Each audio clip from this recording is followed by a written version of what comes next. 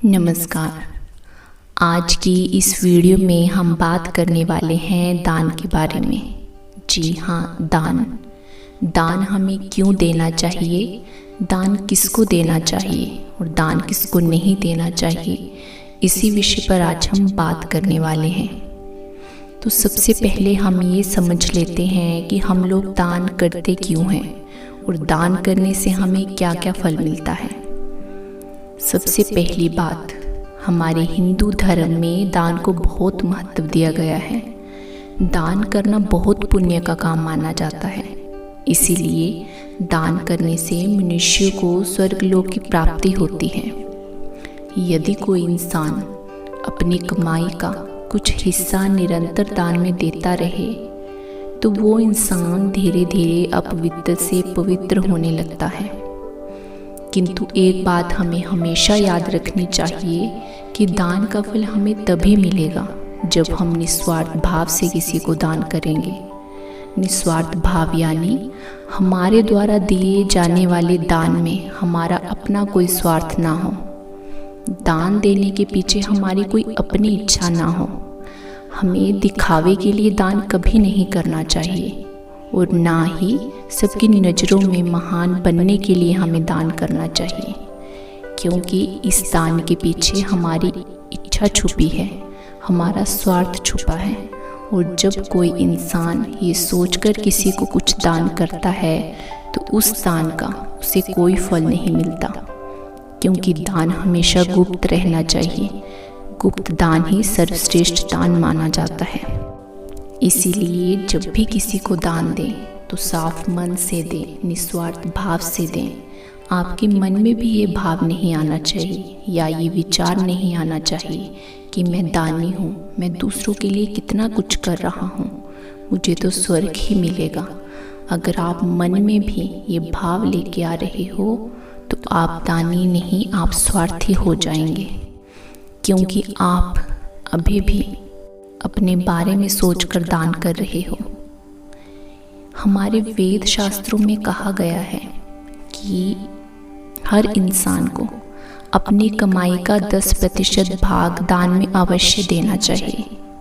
मतलब अगर कोई 10,000 रुपये महीना कमा रहा है तो उसे उसमें से 1,000 रुपये का दान अवश्य करना चाहिए। और यदि कोई 100 रुपये भी महीना कमाता है तो उसे भी उसमें से 5 या 10 रुपये का दान जरूर करना चाहिए। और यदि कोई इंसान बहुत ही गरीब है, जो खुद मांगकर अपना पेट भरता है, तो उसके द्वारा दिया गया 1 रुपये भी या 1 दिन का दाना भी भगवान के खाते में ऐड हो जाता है, क्योंकि भगवान जानते हैं वो गरीब है, इसलिए वो अपने सामर्थ्य के अनुसार ही दान कर रहा है। कभी किसी गरीब को ये नहीं सोचना चाहिए कि मैं तो बहुत गरीब हूँ, मेरे पास तो कुछ है ही नहीं दान करने के लिए, मैं किसी को दान में भला क्या दे सकता हूँ। एक बात हमेशा याद रखना, भगवान ने इस दुनिया में किसी को गरीब नहीं बनाया।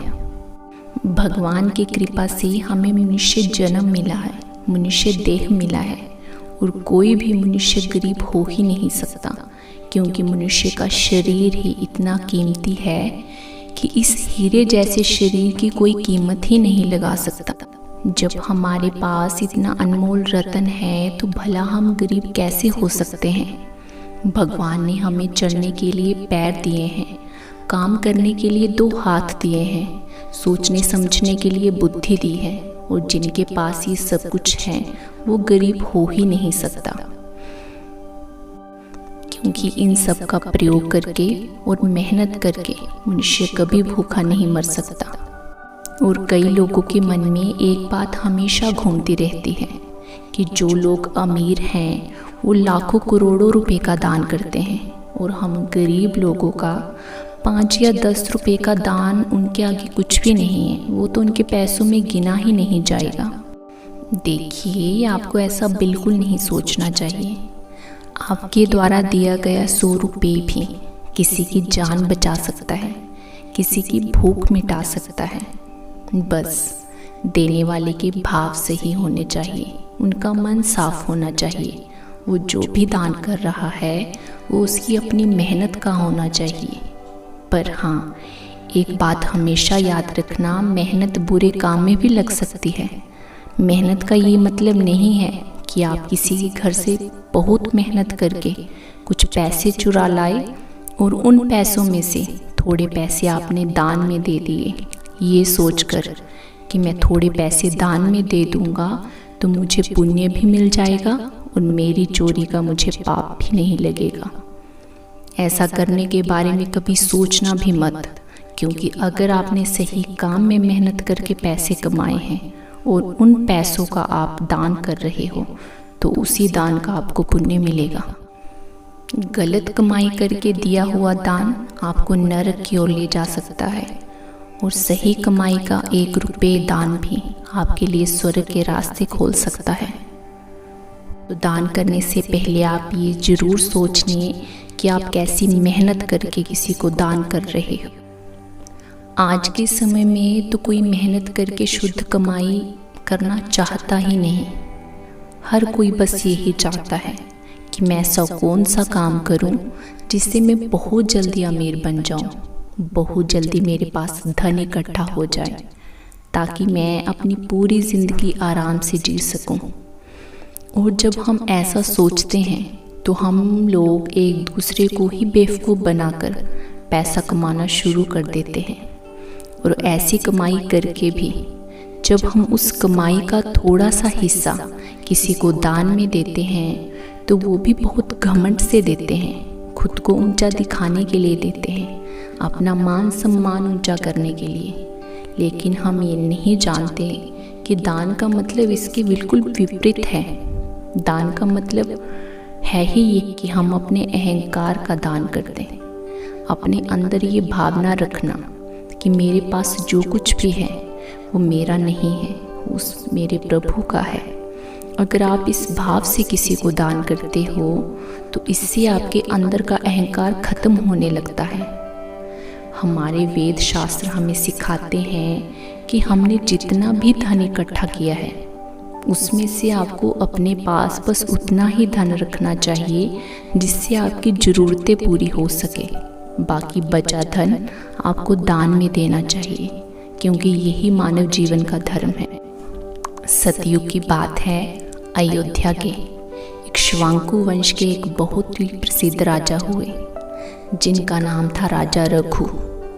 राजा रघु श्री राम के पूर्वज थे। राजा रघु के पुत्र का नाम था राजा अज। राजा अज के पुत्र का नाम था राजा दशरथ और राजा दशरथ के पुत्र का नाम है हमारे सभी के प्यारे श्री राम। जी हाँ, रिश्ते में राजा रघु जो थे वो श्री राम के परदादा हुए, यानी उनके पिता के दादाजी। जो राजा रघु थे वो बहुत ही दानी व्यक्ति थे और एक बहुत ही महान राजा भी थे। माना जाता है कि राजा दिलीप को किसी सेवा के प्रसाद से ये महान पुत्र प्राप्त हुए थे। राजा रघु बचपन से ही अत्यंत प्रतिभाशाली थे। गद्दी पर बैठने के बाद उन्होंने अपने राज्य में शांति स्थापित की। एक बार इन्होंने अपने गुरु वशिष्ठ की आज्ञा से विश्वजीत यज्ञ किया और उसमें अपनी संपूर्ण संपत्ति दान में दे दी। उनके पास अपना जो कुछ भी था उन्होंने वो सब दान में दे दिया। एक बार वो एक पेड़ के नीचे बैठकर मिट्टी के एक बर्तन में पानी पी रहे थे। जब कुछ लोगों ने उन्हें देखा तो वो पहचान गए कि ये तो हमारे राजा रघु हैं। राजा को देखकर वो तरह तरह की बातें करने लगे। कुछ लोग कहने लगे, देखो इतने बड़े राजा होकर मिट्टी के बर्तन में पानी पी रहे हैं। कुछ लोग कहने लगे, राजा रघु ने अपना सब कुछ दान में दे दिया, अपने लिए कुछ बचा कर नहीं रखा। ये सब बातें सुनकर राजा से रहा नहीं गया और वो उनके पास आकर बोले, आप लोग मेरी इतनी प्रशंसा मत करो, मैंने अपना कुछ भी दान में नहीं दिया। इस दुनिया में मैं खाली हाथ आया था और खाली हाथ ही वापस लौट कर चला जाऊंगा। मेरे पास तो कुछ है ही नहीं दान देने के लिए। और जिस राजा की आप बात कर रहे हो उसने अपना कुछ भी दान में नहीं दिया, क्योंकि इस दुनिया में जो कुछ भी है वो उस प्रभु, उस ईश्वर का है। क्योंकि ये दुनिया उस प्रभु की है, ये दुनिया भगवान ने बनाई है, ये दुनिया मैंने नहीं बनाई। और इस दुनिया का जो भी सामान है वो उस भगवान का है, वो मेरा नहीं है। हमें तो धन्यवाद करना चाहिए उस प्रभु को। उसने हमने इतनी सुंदर प्रकृति दी है जिसका हम रोज भोग कर रहे हैं। इसी प्रकृति से हम अपना पेट भर रहे हैं, अपनी प्यास बुझा रहे हैं, अपनी इस पृथ्वी पर चल रहे हैं। और इस दुनिया में जो कुछ भी है वो भगवान का ही तो है। और उसमें से अगर हम थोड़ा बहुत किसी को दान कर भी देते हैं तो इसमें हमने अपना क्या दिया। यहाँ तक कि अगर मैं अपना शरीर भी दान में दे दूँ तो ये भी मेरा अपना दान नहीं होगा, क्योंकि ये शरीर भी भगवान की ही देन है। ये शरीर भी हमें उस प्रभु ने ही दिया है ताकि इस शरीर से हम अपनी और दूसरों की सेवा कर सकें, लोगों के काम आ सकें। इसीलिए आज के बाद ऐसा कभी मत कहना और कभी अपने मन में ऐसा सोचना भी मत कि मैंने कुछ दान किया है। देखिए, ऐसे भाव थे राजा रघु के। राजा होते हुए भी उन्होंने अपना सब कुछ दान में दे दिया और जरा सा भी घमंड नहीं, जरा सा भी अपने लिए स्वार्थ नहीं। उनके मन में ये भाव ही नहीं था कि उन्होंने अपना सब कुछ दान में दे दिया है। इसे कहते हैं दान देना। दान देने के बाद भाव भी मन में ना रहे। आज के समय में भी हमारे देश में ऐसे बहुत से लोग हैं जो दूसरों की मदद के लिए अपना बहुत सा धन दान में देते रहते हैं। ये बहुत अच्छी बात है, लेकिन जब उनके द्वारा दिया गया दान किसी को पता चल रहा है या किसी को खुद सुनाया जा रहा है तो उस दान का फल उसी क्षण खत्म हो जाता है। उस दान का फल आपको नहीं मिलेगा, क्योंकि उस दान में आपका प्यार नहीं, आपका अहंकार छुपा है। हर इंसान चाहता है कि उनके द्वारा दिया जाने वाला दान लोगों को पता चले। ये सब हम क्यों चाहते हैं? इसीलिए क्योंकि आज के समय में इंसान जो भी करता है उसके पीछे कहीं ना कहीं उसका स्वार्थ जरूर छिपा होता है। थोड़ा बहुत किसी को दान करके हम बहुत महान बनना चाहते हैं, लोगों के मुंह से अपने लिए तारीफ सुनना चाहते हैं। पर एक बात सबको हमेशा याद रखनी चाहिए कि जो दान अपनी इच्छाओं की पूर्ति के लिए दिया जाता है वो दान नहीं बल्कि व्यापार बन जाता है। आज के समय में भी छोटे छोटे इलाकों में जब कुछ लोग मिलकर कुछ पैसों का या कुछ वस्तुओं का गरीब लोगों को दान करते हैं तो उनके मन में भी कहीं ना कहीं ये भाव जरूर रहता है कि ये सब हम जो भी कर रहे हैं इससे लोगों के मन में हमारे लिए इज्जत बढ़ेगी, हमारे लिए मान सम्मान बढ़ेगा। लेकिन ये सोच लोगों की बहुत गलत है, क्योंकि जो दान अपनी किसी कामना के लिए किया जाता है या अपनी किसी इच्छा के लिए किया जाता है वो दान हो ही नहीं सकता। हमारे वेदों में कहा गया है कि आपके द्वारा दिया गया दान हमेशा गुप्त रहना चाहिए, क्योंकि गुप्त दान ही सर्वश्रेष्ठ दान कहलाता है। ये मैं पहले भी बता चुकी हूँ। इसलिए आपको जब भी दान करने का मौका मिले तो बिना किसी इच्छा के निस्वार्थ भाव से दान करो। खुद को खुशनसीब समझो कि भगवान ने हमें इतना पावरफुल बनाया है कि हम लोगों की मदद कर रहे हैं। आपको मौका दिया है भगवान ने इस मनुष्य जन्म में अपना कल्याण करने के लिए। इसीलिए ये मौका हाथ से मत जाने दो और जितना हो सके उतने ज़्यादा पुण्य कर्म कर लो, क्योंकि यही वो कर्म हैं जो आगे भी आपके साथ रहेंगे। इसीलिए आपको जब भी मौका मिले दूसरों के लिए कुछ करने का तो लोगों का भला जरूर कीजिए, क्योंकि सबको ये मौका नहीं मिलता कि वो कुछ दान कर सकें, लोगों के काम आ सकें। इसीलिए भगवान की कृपा से अगर आपके पास बहुत धन है तो जितना हो सके लोगों का भला जरूर कीजिए, गरीबों की मदद कीजिए, क्योंकि यही मानव जीवन का सबसे बड़ा पुण्य कर्म है। पर हाँ, करते समय ये भाव भी आपके मन में नहीं होना चाहिए कि मैं लोगों की इतनी सेवा कर रहा हूँ, ये भाव आपको मन से हटाना होगा, तभी आपको आपके पुण्य कर्मों का सही फल मिलेगा। क्योंकि अगर आप मन में भी ऐसा सोच रहे हो तो वो भी आपका स्वार्थ ही है। भले ही आपने अपना दान किसी को दिखाया नहीं, किसी को बताया नहीं, लेकिन मन ही मन में तो आप विचार कर ही रहे हो, अपने लिए तो अभी भी सोच ही रहे हो। इसीलिए इस भाव को आपको मन से हटाना होगा। और अगर किसी के सामने आप दान कर भी रहे हो तो सिर झुकाकर दान करो। इससे आपके अंदर का अहंकार खत्म होता है।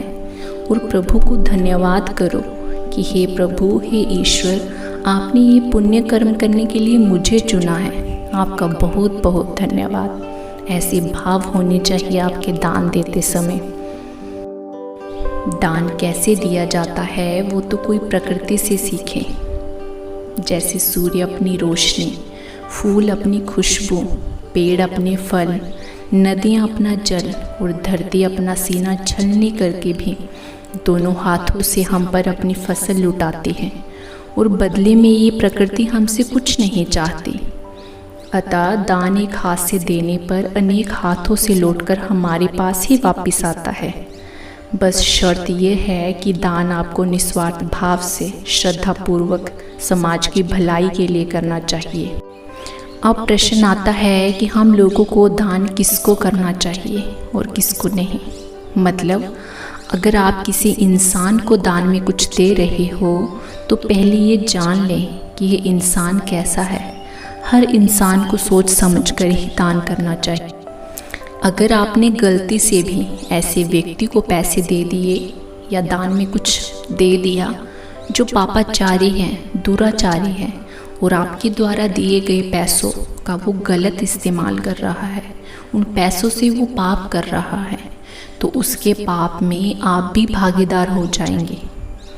मान लीजिए अगर आपने किसी शराबी को दान में कुछ पैसे दे दिए और वो शराबी उन पैसों से शराब पी रहा है, दूसरों से लड़ाई झगड़ा कर रहा है, लोगों को परेशान कर रहा है, दूसरों को दुख दे रहा है, तो उसके बुरे कर्मों का फल आपको भी भोगना पड़ेगा।